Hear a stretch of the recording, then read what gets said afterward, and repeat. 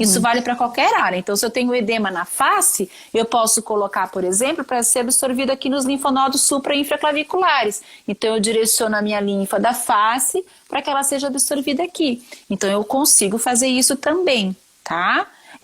Então, o que é importante? Avaliar. Eu tenho linfonodos que estão íntegros e que podem absorver, né? Ou então eu tenho que direcionar para uma outra área mais distante. Eu tenho que ir pelas costas, porque ele tem uma cicatriz enorme de esvaziamento cervical anterior, né?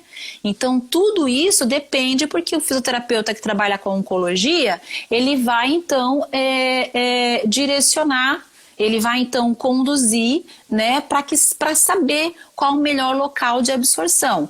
Então, é importante isso. Agora, o compressivo vai funcionar de uma outra forma. Quando eu faço compressão no tecido, eu estou querendo aproximar esse tecido e não deixar que aqui dentro se forme um edema, por exemplo. Entendi. A grosso modo, tá, Ju? Porque no curso eu explico isso em 20 horas de curso, né? Então, quando a gente faz uma compressão no tecido, a gente tenta organizar da melhor forma aquele tecido ali abaixo, tá? A gente tenta fazer com que essas células não se proliferem exageradamente, né? Que não criem nenhum edema, que não criem nenhum seroma. Fibrose.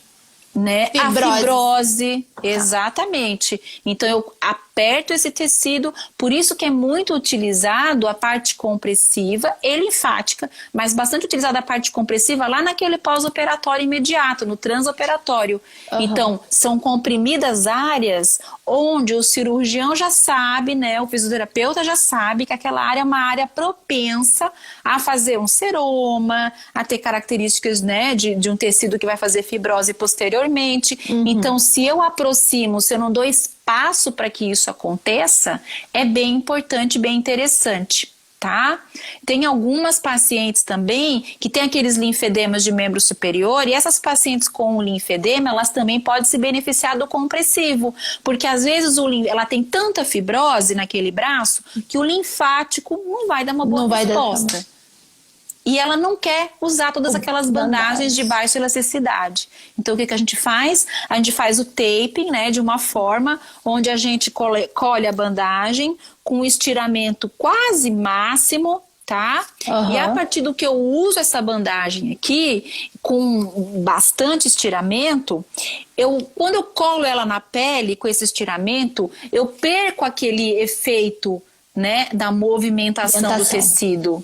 Eu ganho um efeito de compressão, tá? E aí eu posso, então, reduzir esse edema, fazer um enfaixamento compressivo com o taping, que é bem legal e que tem funcionado muito bem para os nossos pacientes. O braço todo. Todo? Nossa, nunca vi. O braço todo. Inclusive os dedinhos. Usa bastante bandagem. Então, o mesmo pensamento da bandagem de baixa elasticidade, só que com taping, é isso? Só que com o taping, porque quando eu estiro e colo na pele no estiramento máximo ou submáximo, eu perco essa elasticidade da bandagem.